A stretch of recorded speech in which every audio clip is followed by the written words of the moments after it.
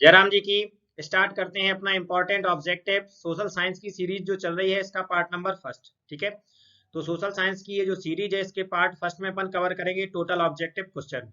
तो 50 क्वेश्चन आपके लिए लेकर के आए हैं, इसमें से पूरे क्वेश्चन अपने क्या हो जाएंगे बोर्ड में हैं, उनमें से एक भी क्वेश्चन बाहर नहीं जाएगा। पार्ट नंबर सेकंड से अपन स्टार्ट करेंगे फिल इन दी ब्लैंक्स यानी खाली स्थान और एक शब्द में उत्तर। चलिए तो यहाँ से स्टार्ट करते हैं क्वेश्चन नंबर फर्स्ट। यहाँ कह रहा है मध्य प्रदेश किस खनिज के उत्पादन में भारत में प्रथम स्थान रखता है। तो ये मध्य प्रदेश के बारे में पूछ रहा है कि मध्य प्रदेश है किस खनिज उत्पादन में भारत में प्रथम स्थान रखता है। तो देखो यहाँ लोहा है, अभ्रक है, सोना है और हीरा है। तो देखो आपको बता दूं कि ये जो लोहा है, क्या लोहा, तो लोहा उत्पादन के लिए जो प्रथम स्थान रखता है वो है छत्तीसगढ़। क्या रखता है? छत्तीसगढ़। ठीक है। दूसरा है जो अभ्रक, क्या है? अभ्रक।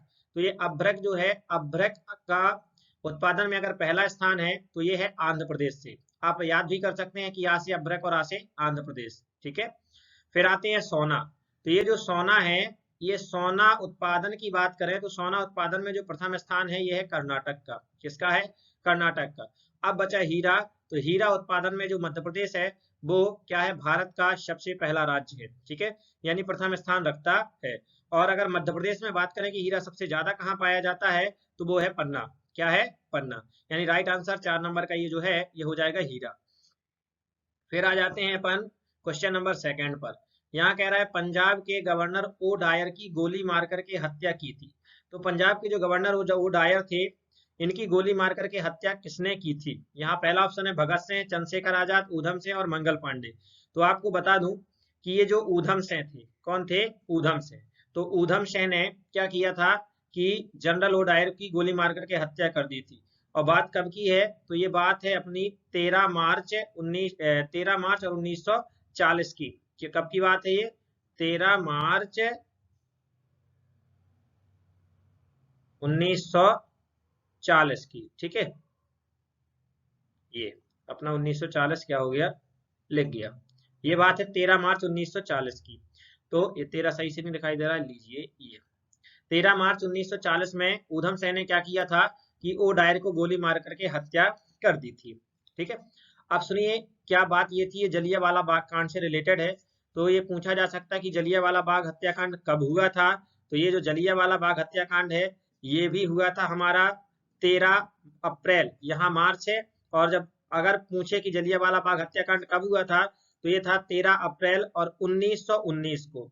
यहाँ पर है हत्या की गई थी उसकी 1940 में। और ये जो हत्याकांड, जो जलियांवाला बाग हत्याकांड हुआ था ये हुआ था 1919 में। तो आपको पता है कि जब अपन ने क्वेश्चन में पढ़ा था कि जलियांवाला बाग हत्याकांड पर संक्षिप्त टिप्पणी लिखिए, तो वहां पर पढ़ा था कि 13 अप्रैल 1919 को अमृतसर के जलियांवाला नामक बाग में बहुत सारे लोग एकत्रित हुए थे। तो वहां पर जनरल ओ डायर आया और उसने क्या किया, बहुत सारे हथियारबंद सैनिकों के साथ आया और भीड़ पर अंधाधुंध क्या कर दी, गोलियां चला दी।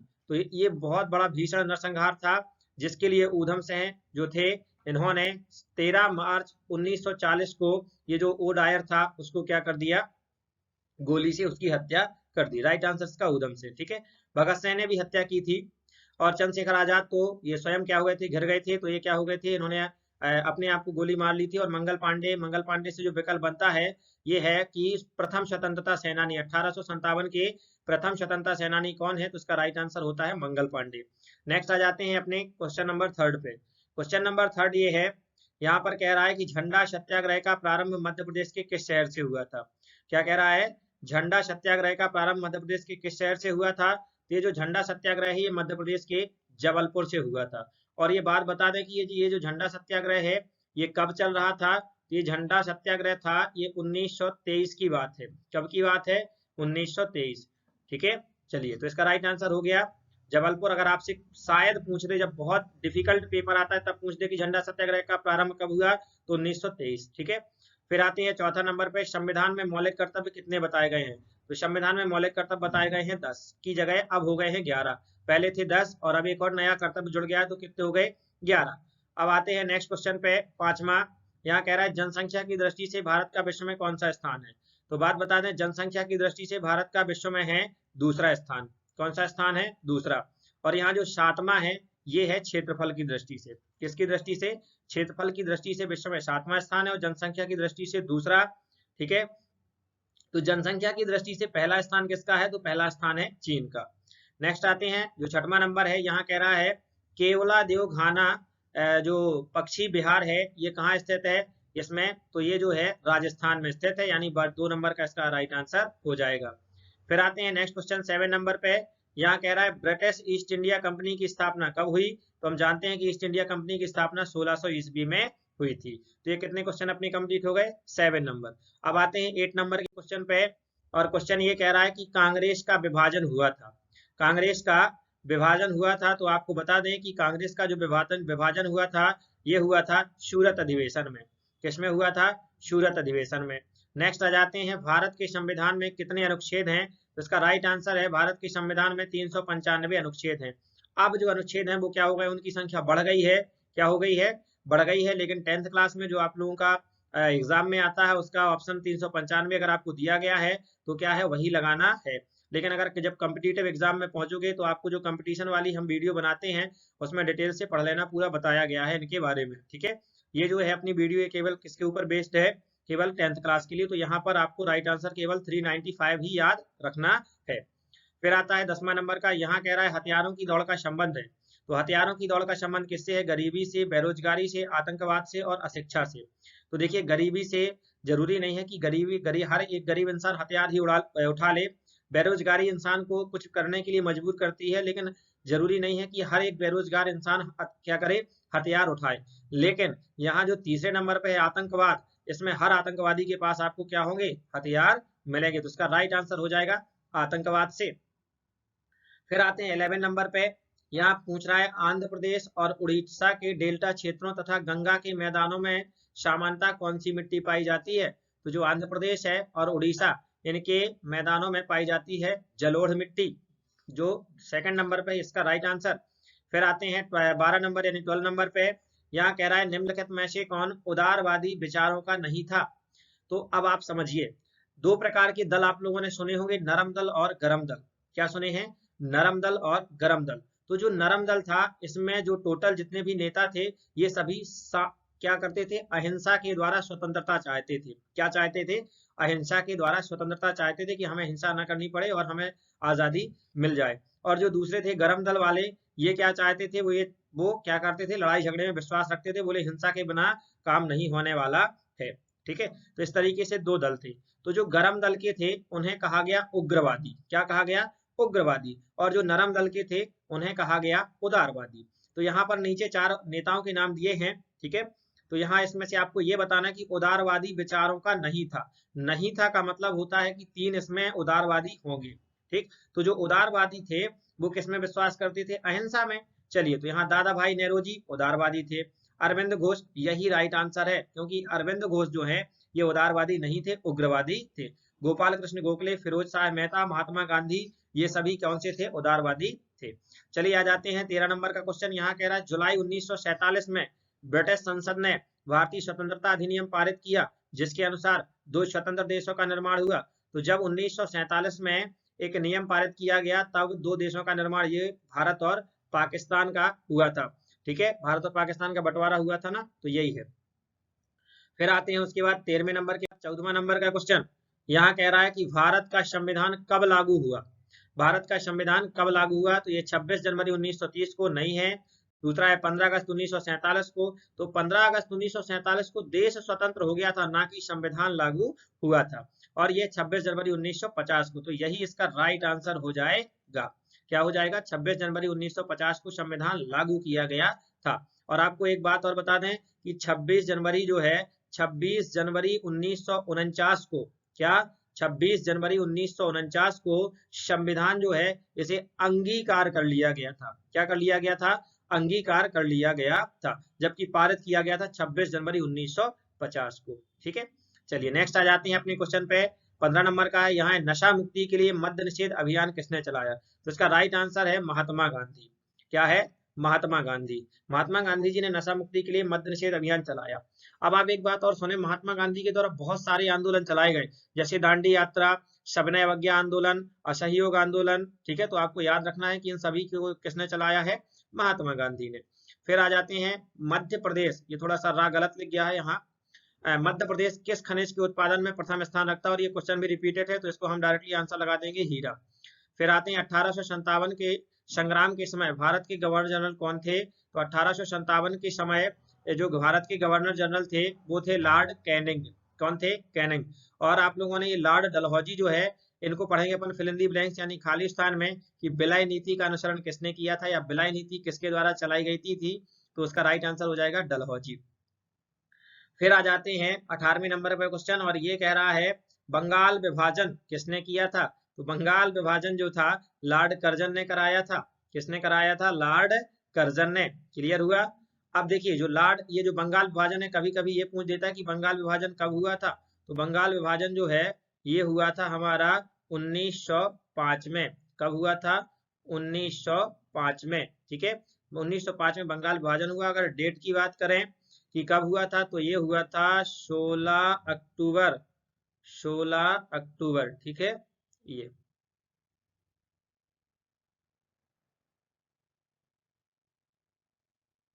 16 अक्टूबर 1905 में क्या हुआ था? बंगाल का विभाजन हुआ था। फिर आ जाते हैं इसके बाद, और कराया किसने था? लॉर्ड कर्जन ने। 90 नंबर का क्वेश्चन है संविधान है। यहाँ है पहला ऑप्शन सरकार का गठन, दूसरा है देश का शासन, और तीसरा है नियम व कानूनों का संकलित प्रलेख। तो यही राइट आंसर हो जाएगा, नियमों और कानूनों का संकलित प्रलेख, यानी तीसरे नंबर का इसका आंसर हो जाएगा। फिर आते हैं 20वें नंबर के क्वेश्चन पे। तो यहाँ क्वेश्चन कह रहा है कि भारत में बेरोजगारी का कारण है। तो भारत में बेरोजगारी का कारण क्या है? पहला ऑप्शन है जनसंख्या वृद्धि का तेजी से गतिशील होना, दूसरा है दोषपूर्ण शिक्षा प्रणाली, और तीसरा है उद्योगों का मशीनीकरण, और चौथा है उपर्युक्त सभी। तो देखिए, जब अपन जानते हैं कि जनसंख्या जो है आज बहुत तीव्र गति से क्या हो रही है? बढ़ रही है। और जनसंख्या अगर तीव्र गति से बढ़ रही तो स्वाभाविक सी बात है कि बेरोजगारी उत्पन्न होगी। फिर दोषपूर्ण शिक्षा नीति, हमारे यहाँ की जो शिक्षा नीति है वो भी दोषपूर्ण है। और उद्योगों का मशीनीकरण, जितने भी उद्योग हैं आज उनमें बहुत सारी मशीनों का प्रयोग किया जाता है, तो उद्योगों का मशीनीकरण, यानी इसका राइट आंसर हो जाएगा उपर्युक्त सभी। फिर आते हैं 21 नंबर पे। यहाँ क्वेश्चन कह रहा है निम्नलिखित उद्योगों में सबसे अधिक वायु प्रदूषण किसमें होता है।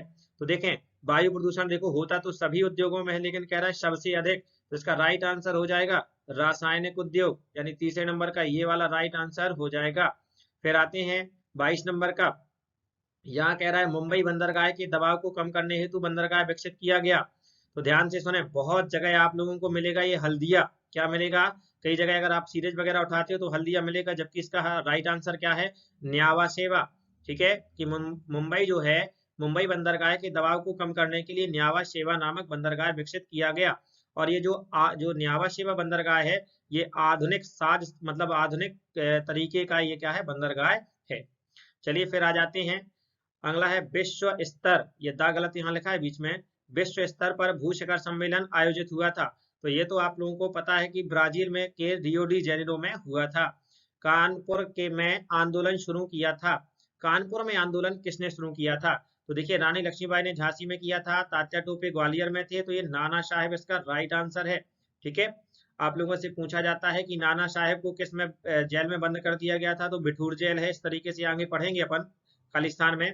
फिर आता है, देखिए भारतीय संविधान में कितने अनुच्छेद हैं? दोबारा से फिर से रिपीटेड क्वेश्चन, तो राइट आंसर इसका कितना है? 25। फिर आते हैं 26 नंबर के क्वेश्चन पे। यहाँ कह रहा है राष्ट्रीय ग्रामीण रोजगार गारंटी योजना में रोजगार उपलब्ध कराया जाता है। जो राष्ट्रीय रोजगार गारंटी योजना है ये ग्रामीण कल्चर में चलाई जाती है। तो इसमें प्रत्येक मतलब परिवार के जो 18 वर्ष की आयु पूर्ण कर चुका है उसे क्या किया जाता है? 100 दिन का 1 वर्ष में रोजगार दिया जाता है। ये पंचायत की तरफ से होता है। ठीक है, और इसको भुगतान भी जो किया जाता है वो पंचायत के हिसाब से क्या होता है? किया जाता है। इसका राइट आंसर क्या है? 100। और इसमें ये भी होता है कि अगर आपने काम मांगा, क्या है, ऐसा नहीं है कि आपने कोई काम मांगा नहीं और सीधे 100 दिन चले गए शिकायत करने के लिए कि पंचायत ने हमें काम नहीं दिया। अगर आपने काम मांगा है पंचायत से कि हमें काम करना है, काम चाहिए है, और काम मांगने के 15 दिन तक अगर आपको काम नहीं दिया जाता है, तो उसके बाद जो शेष बचे दिन हैं उनका आपको बेरोजगारी भत्ता दिया जाएगा। ठीक है, चलो यहाँ है 27 नंबर का क्वेश्चन है एग मार्ग सुरक्षा चिन्ह है। तो ये जो एग मार्ग है ये किससे संबंधित है? एग मार्ग है हमारा कृषि उत्पादों से संबंधित। अब आपको बता दें ये जो आभूषण है, क्या है? आभूषण। आप लोग क्या कर सकते हैं? लिख भी सकते हैं इसको, आभूषण है तो आभूषण के लिए जो प्रयोग किया जाता है ये होता है हॉलमार्क का चिन्ह। याद रख लें, लिख सकते हैं कि आभूषण की शुद्धता ये जो है या उसकी सुरक्षा जो भी हो उसके लिए क्या किया जाता है, हॉलमार्क का चिन्ह रहता है। ठीक है, फिर आते हैं यहाँ पर अगला है ऊनी वस्त्रों के लिए। क्या है, ऊनी वस्त्रों के लिए, तो ऊनी वस्त्रों के लिए जो प्रयोग किया जाता है वो है बुलमार्क। क्या है, बुलमार्क। क्लियर, तो यहाँ आपको पता चल गया आभूषणों के लिए क्या है हमारा हॉलमार्क, कृषि उत्पादों के लिए एगमार्क और ऊनी वस्त्रों के लिए क्या है, बुलमार्क। और बिजली के उपकरण की अपन को बात नहीं करनी है। फिर आ जाते हैं 28 नंबर पे। यहाँ कह रहा है मानव जनित आपदा है, मतलब ऐसी आपदा जो मनुष्य के द्वारा बनाई गई है। तो ये सूखा ये मनुष्य के द्वारा नहीं बनाई जा सकती है, बाढ़ नहीं बनाई जा सकती है, भूस्खलन ये सब तीनों की तीनों प्राकृतिक हैं। सड़क दुर्घटना ये मनुष्य के द्वारा बनाई गई आपदा है। यदि हम निश्चित तरीके से नियमित गति से अपनी कंट्रोल में वाहन को क्या करेंगे, ड्राइव करेंगे, जो गाड़ी है ड्राइव करेंगे यानी कि वाहन को चलाएंगे, तब हमारा जो सड़क दुर्घटना होने के चांस बिल्कुल कम है। लेकिन अब फिर भी क्या होता है कि लोग अंधाधुंध गाड़ियां चलाते हैं तो सड़क दुर्घटना होती है। तो ये मानव के द्वारा बनाई गई आपदा है। 29 नंबर का क्वेश्चन है, यहाँ कह रहा है भारत चीन युद्ध हुआ था। तो भारत चीन युद्ध हुआ था 1962 में। सेवा क्षेत्र रोजगार प्रदान करता है। तो जो सेवा क्षेत्र होता है वो रोजगार प्रदान करता है, किस रूप में, प्रत्यक्ष रूप में, अप्रत्यक्ष रूप में, प्रत्यक्ष एवं अप्रत्यक्ष दोनों में। तो राइट आंसर है इसका अप्रत्यक्ष और अप्रत्यक्ष दोनों में। फिर आते हैं कृषि क्षेत्र सम्मिलित है। तो जो कृषि क्षेत्र है ये इसे रखा गया है किस क्षेत्र में, प्राथमिक क्षेत्र में। ठीक है, कृषि क्षेत्र को काहे में रखा गया है, प्राथमिक क्षेत्र में। जितने भी जो उद्योग धंधे हैं उन्हें द्वितीयक में रखा गया है, और जो तृतीयक है तो जितने कर्मचारी वर्ग है जैसे शिक्षक हो गया, वकील हो गया, डॉक्टर होगा, ये सभी इन्हें रखा गया है किसमें, तृतीयक क्षेत्र में। क्लियर, तो ये अपन लोग बाद में डिटेल से पढ़ेंगे जब क्वेश्चन आंसर में पढ़ेंगे। तो यहाँ पर आ जाते हैं इसके बाद 32 नंबर का क्वेश्चन। तो यहाँ क्वेश्चन कह रहा है कि केवलादेव घाना पक्षी विहार स्थित है। देखो ये भी रिपीटेड क्वेश्चन है तो डायरेक्ट आंसर लगाते हैं अपन, राजस्थान में। फिर है 33 यानी कि 33 नंबर का, यहाँ पूछ रहा है संविधान में मौलिक अधिकार हैं। देखिए यहाँ उस वाले में था मौलिक कर्तव्य, यहाँ पूछ दिया अधिकार। तो अधिकार कितने हैं, 6। समानता का अधिकार, शोषण के विरुद्ध अधिकार, ठीक है, स्वतंत्रता का अधिकार, धार्मिक स्वतंत्रता का अधिकार, संस्कृति एवं शिक्षा का अधिकार, इस तरीके से कितने हैं, 6। इसके बाद आ जाता है 34 नंबर पर। यहाँ कह रहा है राज्यपाल अनिवार्य अंग रहता है। तो राज्यपाल जो है वो किसका अनिवार्य अंग रहता है, संसद का, विधानसभा का, न्यायपालिका का या राज्यसभा का। इसका राइट आंसर है कि राज्यपाल जो होता है वो विधानसभा का प्रमुख अनिवार्य अंग रहता है। जो अगला क्वेश्चन है, आतंकवादी किन माध्यमों, ये ना हटा देना, किन माध्यमों से अपनी गतिविधियां संचालित करते हैं। जो आतंकवादी होते हैं वो किन माध्यमों से अपनी गतिविधियां संचालित करते हैं। देखो यहाँ ऑप्शन देखो कितने मजेदार हैं। शांति वार्ता, आप लोगों ने आतंकवादियों से कभी शांति वार्ता कभी करते हैं आतंकवादी हैं, ये हो नहीं सकता। दूसरा शिक्षा, आतंकवादी शिक्षित होते हैं, अगर शिक्षित होते तो वो इस तरीके से काम ना करते।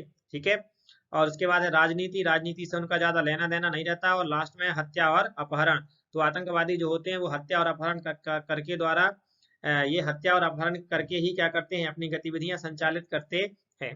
फिर आता है 36 नंबर का क्वेश्चन। यहाँ कह रहा है भारत वर्ष में अब तक पूर्ण हुई पंचवर्षीय योजनाएं। तो भारत वर्ष में अभी तक 12 पंचवर्षीय योजनाएं पूर्ण हो चुकी हैं। फिर है अगला, उपभोक्ता जागरूकता आवश्यक है। तो किस लिए, यानी कि उपभोक्ता जो ग्राहक होता है उसको हमें जागरूक करना है। आप लोगों ने ऐड वगैरह देखा होगा टीवी में, वहां कह रहा है मतलब कहा जाता है जागो ग्राहक जागो, बोला जाता है कि नहीं बोला जाता। चलो तो वो नहीं, यहाँ देखें, शोषण से बचाव के लिए, अगला है उच्च स्तर के लिए, फिर है हानिकारक उपयोग रोकने के लिए, उपयुक्त सभी के लिए। राइट आंसर है इसका उपयुक्त सभी के लिए। मतलब इसलिए जागरूकता उपभोक्ता को दिलानी आवश्यक है ताकि उसका शोषण ना हो, उसका जीवन स्तर उच्च हो जाए, और जो हानिकारक उपयोग वो करता है उससे उसे क्या किया जा सके, रोका जा सके। फिर आते हैं नेक्स्ट क्वेश्चन पे। यहाँ कह रहा है वन संसाधन की प्रमुख समस्या। ये वाला जो क्वेश्चन है वेरी इंपॉर्टेंट है। ठीक है, आप देखते चलना जो जो इंपॉर्टेंट क्वेश्चन है हम आपको एक तो टोटल आप जानते हैं कि यहाँ पर टोटल इंपॉर्टेंट है, लेकिन ये बहुत ही ज्यादा जो इंपॉर्टेंट है, ठीक है, वो ये है कि वनों में लगने वाली आग, इसका राइट आंसर हो जाएगा वन संसाधन की प्रमुख समस्या। ये वाला और ज्यादा, ठीक है, मतलब इसी की कैटेगरी में आता है। ये जो है ये तो ये सभी पढ़ तो अपन मोस्ट ही रहे हैं, ये सभी के सभी क्या पढ़ रहे हैं, मोस्ट। लेकिन अब ये जो क्वेश्चन है ये हम पढ़ रहे हैं वेरी मोस्ट है। ये कौन सा, 38 नंबर का वेरी मोस्ट, 39 नंबर का वेरी मोस्ट। तो कौन सा कारक मृदा के निर्माण में सहायक नहीं है, इसका राइट आंसर है हमारा क्या, पानी का इकट्ठा होना। नीली क्रांति का संबंध किससे है, तो नीली क्रांति का जो संबंध है वो है मछली उत्पादन से। अब समझिए, यहाँ पर आ जाता है कि लिखा है दुग्ध उत्पादन, तो दुग्ध उत्पादन का जो संबंध है वो है श्वेत क्रांति से। नेक्स्ट क्वेश्चन है हमारा 41 नंबर का। यहाँ कह रहा है निम्नलिखित में जैविक आपदा है, जैविक आपदा कौन सी है, मतलब यहाँ 4 दी गई हैं जो, तो यहाँ पर है बम विस्फोट, बर्ड फ्लू, ज्वालामुखी और सुनामी। तो जो जैविक आपदा है ये क्या है, बर्ड फ्लू। फिर आ जाता है भूकंप की दृष्टि से भारत का अत्यधिक प्रभावित क्षेत्र, तो इसका राइट आंसर है कच्छ। भूकंप की दृष्टि से प्रभावित कौन सा क्षेत्र है सबसे ज्यादा, तो ये है कच्छ। फिर आते हैं 43 नंबर का। यहाँ कह रहा है कि भारत का कुल क्षेत्रफल विश्वी ये विश्वी नहीं, यहाँ विश्व होना है, विश्व के कुल क्षेत्रफल का है। तो ये भारत का जो क्षेत्रफल है ये विश्व के कुल क्षेत्रफल का 2.4% है। फिर आते हैं नेक्स्ट क्वेश्चन, मध्य प्रदेश की विधानसभा की सदस्य संख्या क्या है। तो मध्य प्रदेश में जो विधानसभा की संख्या है ये है 230। कितना है, 230। फिर आए नेक्स्ट, वित्त विधेयक का निर्णय करता है। देखिए यहाँ बहुत सारे गलतियां कर जाते हैं बच्चे, उन्होंने देखा वित्त विधेयक लगा दो वित्त मंत्री, जबकि इसका राइट आंसर कौन है, लोकसभा अध्यक्ष। फिर आते हैं 46 नंबर के क्वेश्चन पे। यहाँ कह रहा है राज्यसभा की सदस्य के लिए न्यूनतम आयु, जो राज्यसभा का सदस्य है उसे न्यूनतम आयु कितनी होनी चाहिए, तो उसके लिए न्यूनतम आयु होनी चाहिए 30 वर्ष। कितनी, 30। अब ये जो है 25 वर्ष, तो इसका राइट आंसर तो ये है, ठीक है। और ये जो 25 वर्ष है, तो ये 25 वर्ष किसके लिए है, तो ये है हमारे प्रधानमंत्री के लिए। किसके लिए, प्रधानमंत्री के लिए 25 वर्ष होनी अनिवार्य है। और ये जो है 35 वर्ष, ये किसके लिए है, तो 35 वर्ष अनिवार्य है राष्ट्रपति के लिए। किसके लिए, राष्ट्रपति के लिए। 50 अनिवार्य नहीं किसी के लिए, क्योंकि 60 के बाद से रिटायरमेंट स्टार्ट हो जाता है। फिर आता है यहाँ पर 47, राज्यसभा की सदस्य संख्या कितनी है। तो राज्यसभा की सदस्य संख्या की बात करें तो राज्यसभा की सदस्य संख्या है 250। नेक्स्ट क्वेश्चन आ जाता है हमारा, राष्ट्रपति पद के लिए उम्मीदवार के लिए न्यूनतम आयु सीमा, तो अभी बात कर रहे थे 35 वर्ष, राइट आंसर। भारत में बेरोजगारी का कारण है, तो भारत में बेरोजगारी का कारण क्या है, ये भी तो रिपीटेड क्वेश्चन है अपना। देखिए बहुत सारे क्वेश्चन, कम से कम 4-5 क्वेश्चन रिपीटेड आ चुके हैं, यानी कि ये तो 40 ही क्वेश्चन हुए अपने पास। फिर चलिए कोई दिक्कत नहीं, अपन को तो पढ़ना है, मुस्कुराते रहना है और कुछ नहीं है, हैं मस्त रहो मस्ती में, और क्या हो जाए भैया ये नहीं कहना है, आगे वाला है शांत रहना है। चलो, प्रोफेसर अमर्त्य सेन ने विकास का आधार माना है। जो प्रोफेसर अमर्त्य सेन थे इन्होंने विकास का आधार किसे माना है, जन कल्याण का। लो भैया ये जो है 49 नंबर का उपयुक्त सभी है, चलो लो। फिर आ गया है सिंचाई से संबंधित योजना है, तो जो सिंचाई से संबंधित योजना है वो कौन सी है, तो आपको बता दें कि सिंचाई से संबंधित योजना है निर्मल नीर योजना। कौन सी योजना है, निर्मल नीर योजना। और ये जो निर्मल नीर योजना है इसका शुभारंभ अभी थोड़े दिन पहले ही किया गया था, कुछ समय पहले, वो है 2014 में इसकी शुरुआत की गई थी। क्या की गई थी, 2014 में निर्मल नीर योजना की क्या की गई थी, शुरुआत की गई थी, ठीक है। हाँ, यहाँ दूसरा है ये सहस्त्र धारा योजना, इसके बारे में थोड़ा सा रोचक तथ्य ये है सहस्त्र धारा योजना के बारे में, आपको देखो क्लास 10th में मिलने वाला नहीं है जवाब, लेकिन मैं आपको बता दे रहा हूँ कि जब आप कम्पिटिटिव एग्जाम में पहुंचोगे तब जाकर के ऐसे आपको डिटेल से क्या करना पड़ेगा, पढ़ना पड़ेगा। तो इसके बारे में बात कर लेते हैं सहस्त्र धारा योजना के बारे में। तो ये जो सहस्त्र धारा योजना है ये इसमें होता क्या है, एक झरना है, क्या है, झरना है।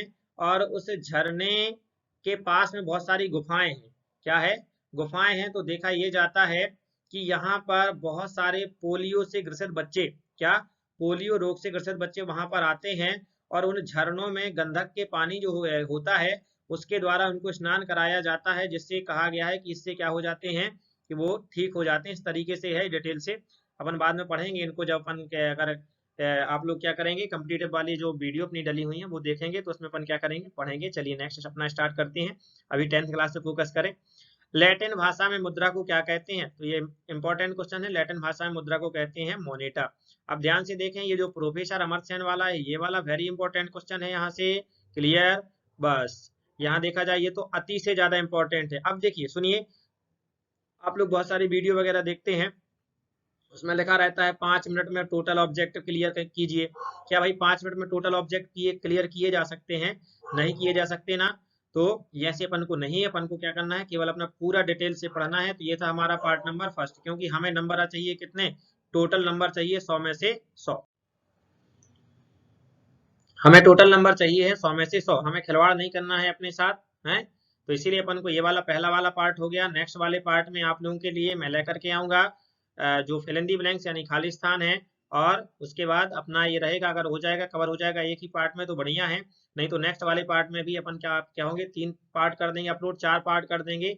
टोटल अपने जो है 20 में से 20 नंबर आने चाहिए, ठीक है।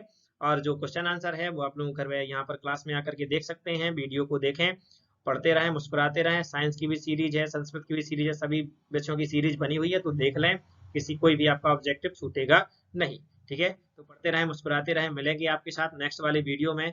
जय राम जी की।